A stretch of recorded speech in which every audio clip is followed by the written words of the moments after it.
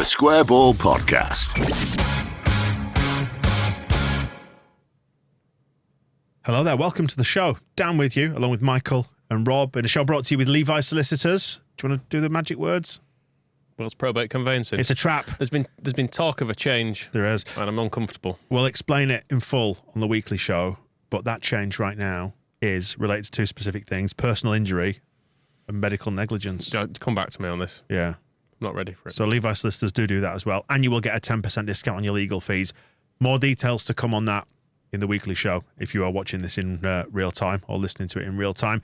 In the meantime, Andrea Radrizzani on his way out of Leeds United as we speak. We want to touch on one of the worst decisions that he made at the helm at Leeds, and obviously you know what that is, but it's not the badge, it's not Jesse Marsh, or indeed the Adam Forshaw tweet. What is it, Michael? It's our lovely post-season tour to Myanmar. Yeah, the Square Ball Guide to Leeds United's tour of Myanmar.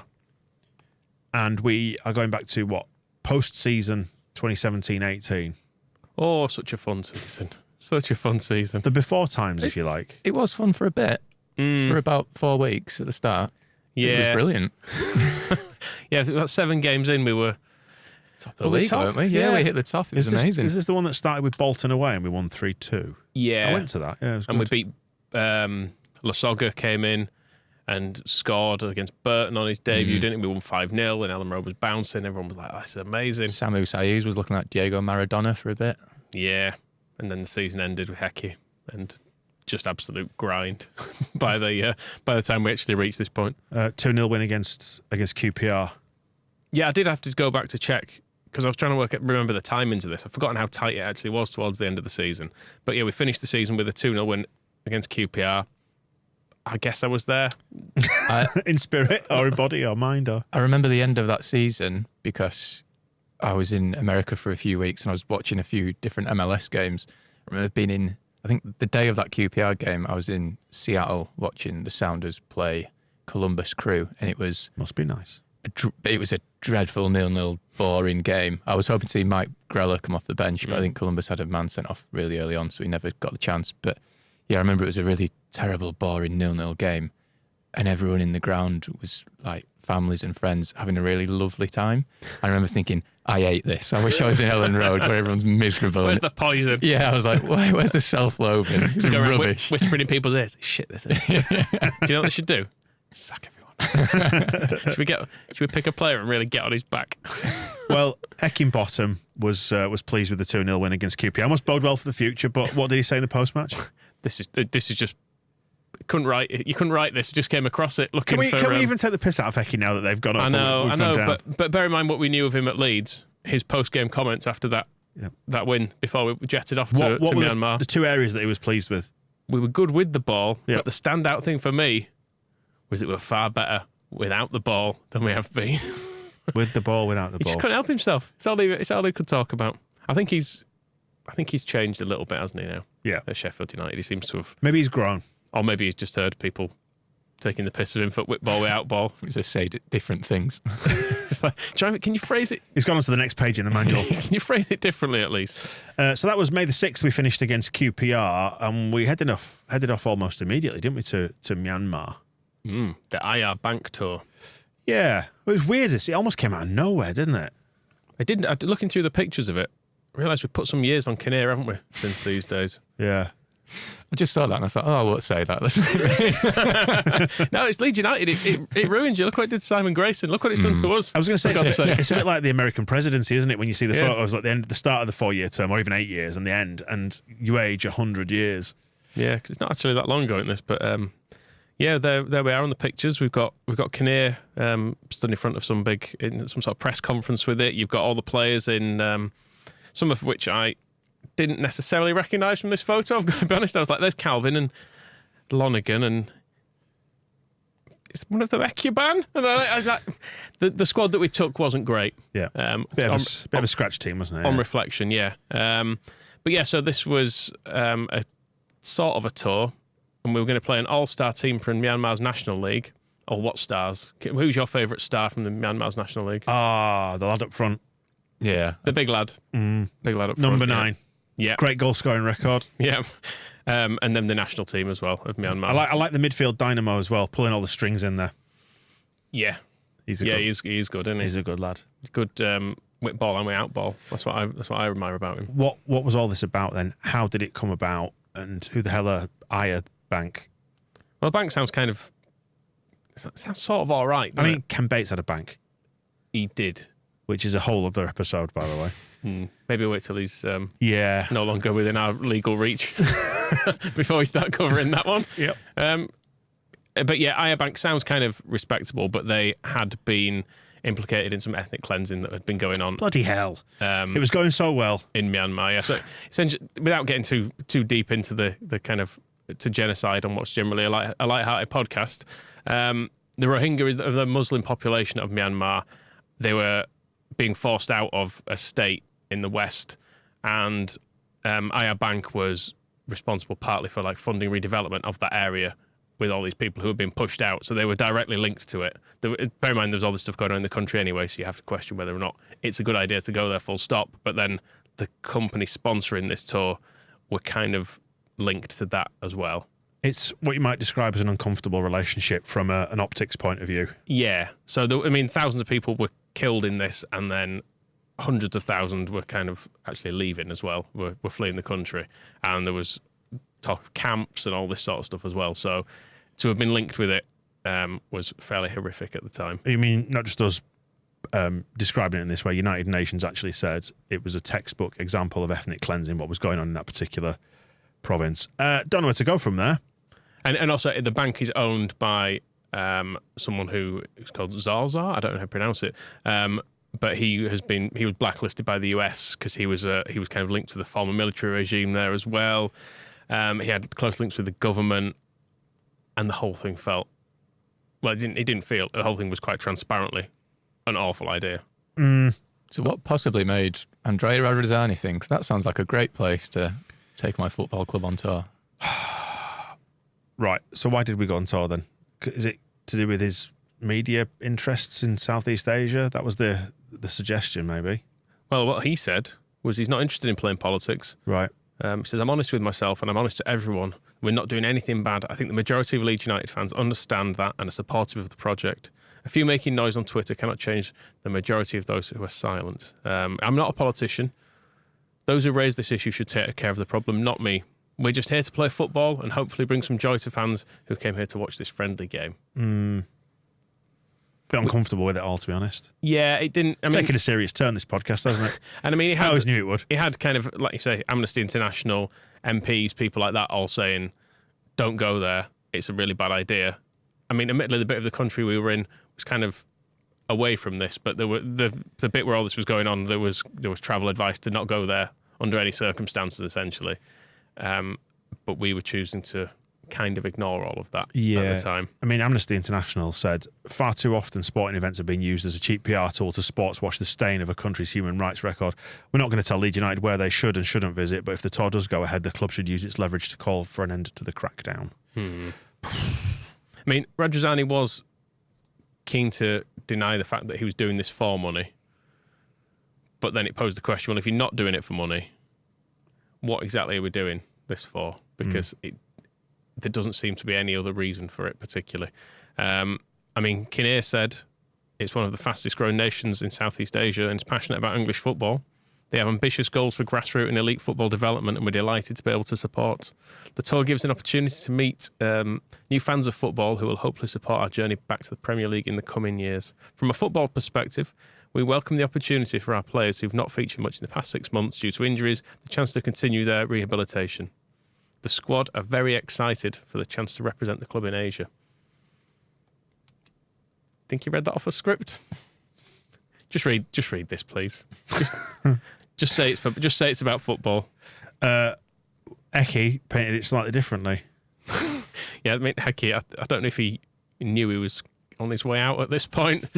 Because there was talk of him. I was looking back at it. There was talk of him leaving in the April, like when he'd only been there. I think he only arrived in February, and then by April, people were saying like, "Yeah, this ain't it.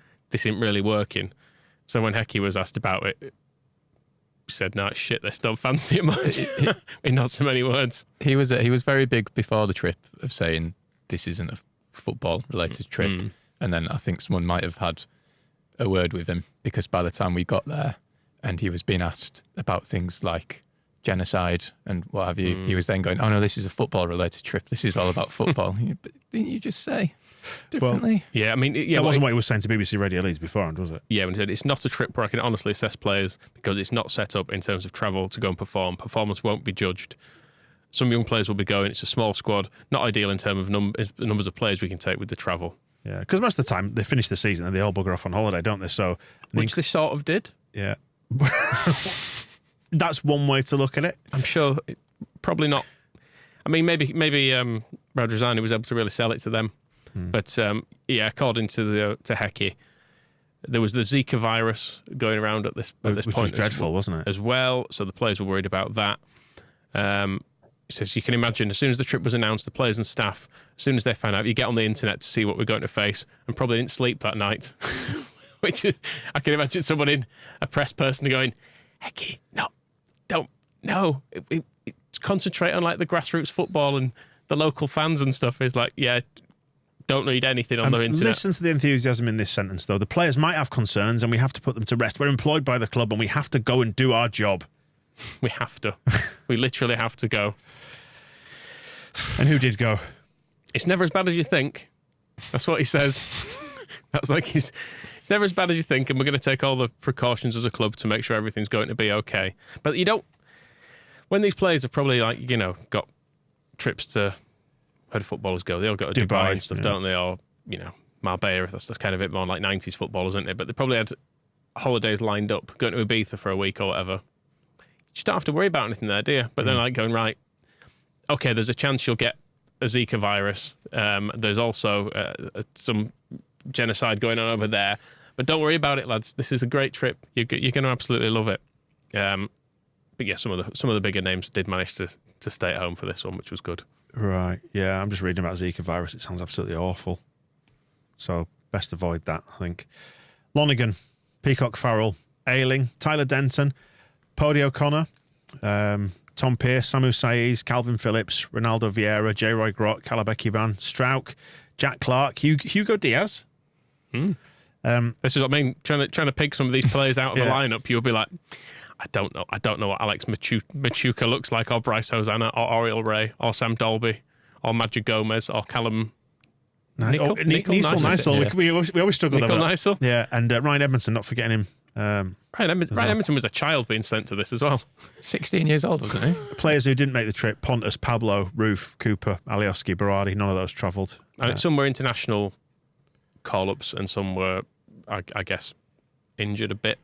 Maybe would have just pulled a hamstring a bit. If I was lined up for this, I'd have probably just tweaked a hamstring in that Blackburn a QPR game. I reckon towards the end, I'm just going to stay home for treatment for a little while. Well, it's a football trip. Remember that. It is a football trip. And on the 9th of May. And let's talk about these games that we all remember so well. So this is just 3 days after the QPR. I didn't realise the tour actually physically started on the same day that we identified above. No, we basically just got straight on a plane. And then played a game 3 days later. From playing the last game of the season.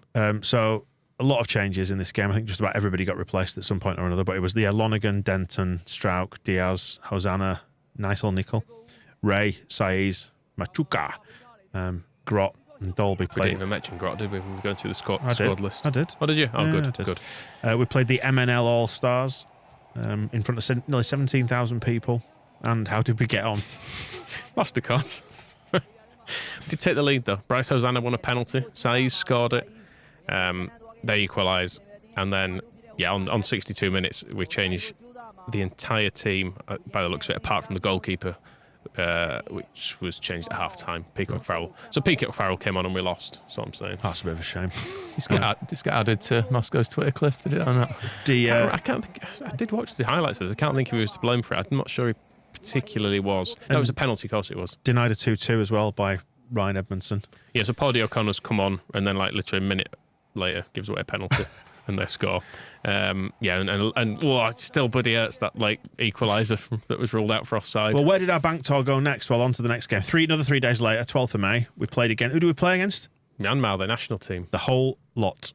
The whole lot of them. We beat a nation. Yeah, I suppose so. 2-0. And we got to see some rare goal scorers, Ryan Edmondson and J. Roy Grott, who I don't think ever scored Did Jerry Grott score a first team goal? He scored once. He did didn't once, did he? And Yeah. it got ruined because we conceded straight away after. Which sums up his career, I think. Oh boy. Can't have nice things. But the first one, Ekiban with a nice little run and a shot, and then the keeper Hubkers it out, and Edmondson takes a little touch round him and scores. Edmondson, bless him, he looks dead pleased to score this. I was going to say, he looks massive. He's really an big. Absolute unit. He's a very, very big boy. he must have been an absolute freak at school. Like, he's hardest lad in year 9 because he'll have been like 6'4" and like 14 stone or something. Absolute unit. And speaking of Full beard. And speaking of other units, J-Roy Grott. I was just saying when we were chatting before this, saying if this was all you ever saw of J-Roy Grott, you might think he was magnificent because he looks amazing. He's like 6'4". He needs skin tight shirt. Looks like an absolute prime athlete, and he's got the ball down the left. Just cuts inside, absolutely twats it into the top corner. And you think, bloody hell. It's an unbelievable goal, and I think the commentator did. I think that might have been the first time he saw J-Roy Grott because he was very, very enthusiastic about it. He was, I think he had people tweeting him through the game, sort of saying, "Come on, mate, this is a bit of a joke. Like, you don't have to be so enthusiastic." And then when J-Roy Grott spanked running into the top corner, he shouted, "Stick that on a meme on Twitter and like it." Which, fair enough. The commentator, bless him, is really trying on this. He's really enthusiastic about the goals because I'm trying to remember if I watched these games or not.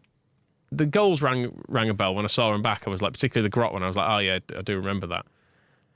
But it just had no impact. You can see the full 90 of at least one of them if you want to go back and... I just have to say, I have to put my cards on the table and say I didn't watch that in the build-up for this. You didn't watch the full 90? Prep. No, I didn't. No, I had some questions about how you thought Callum Nysel played. Oh, fine. What did you think of...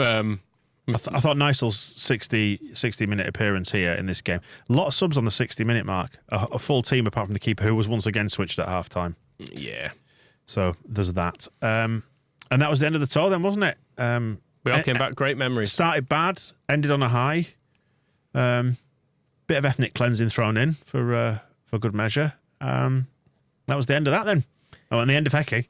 It was the end of Hecky, and I think, weirdly, had Hecky not been sacked, you do almost wonder, if looking back, if Hecky was part of what playing to the thinking was him saying, "It's shit this, we don't want to go." If Rajastani was like, well, can you be a bit more on board with this, please? You're already right on the cusp of being sacked for being a shit manager. Whereas I reckon the fella who followed him would have been right bang up for it. It was Victor Orta chased Hecky to Greece, wasn't it? Was it Greece he was on holiday? He followed him on holiday, turned up, and it's probably never a good sign when you're like, "Oh, boss, what?" Imagine that, just sat in a restaurant having a nice meal with your family. And Orta storms in. What are you doing here? Oh, no. Can I have a word? No. Somewhere in public, but just you. Why didn't you just ring me? Now you're here. If I was going to be sacked on holiday, I would rather have a phone call than have someone turn up. Are you going anywhere this summer? Not telling you about it. Just a text. I was going to say, just text me. It's just all right. So we went on the tour, and then Hecky was promptly sacked not long after when he was on his holiday in Greece. Although, like you said, it was in the water, wasn't it, for a while? Yeah, 1st of June, it was actually confirmed. Kinnear said, "Our objective is to bring in a head coach with more experience who can help us reach the goals we've talked about since we became custodians of the club last summer." Custodians, which involves taking us to a nation in which genocide was being committed at that point, which wasn't great. But then we've all done it, though, haven't we? Oh, it's easy done. It's easy done. Before you know it, you've dragged the name of the club through some mud. But then it was kind of all forgotten because come the middle of June, Bielsa's here, and we pivot to being a team of beauty and purity and players picking up rubbish. Were we the most virtuous club in the world for a bit? Yeah, somehow within like a month we went from sports washing a genocide to the end of the following season we're winning FIFA Fair Play awards, aren't we? So yeah, that kind of it sort of fixed it all within the space of a couple of weeks. did bringing in Bielsa. And the postscript from the players' point of view is that most of the squad that went to Myanmar didn't actually make it into the next season either. The exceptions were Peacock Farrell, Ayling, Saiz, Calvin, Strauch. I mean, Strauch barely played it. Strauch and Clark and Shackleton were kind of the youngsters, weren't they, in that season? But yeah, there's only really Ayling and Saiz and Phillips who were the backbone of the team next year because Peacock Farrell was... he was himself. Yeah, so from June the 15th, Bielsa's appointed, and I think from that point we lived happily ever after, didn't we? For a time. for a time. We'll see you soon. The Square Ball Podcast.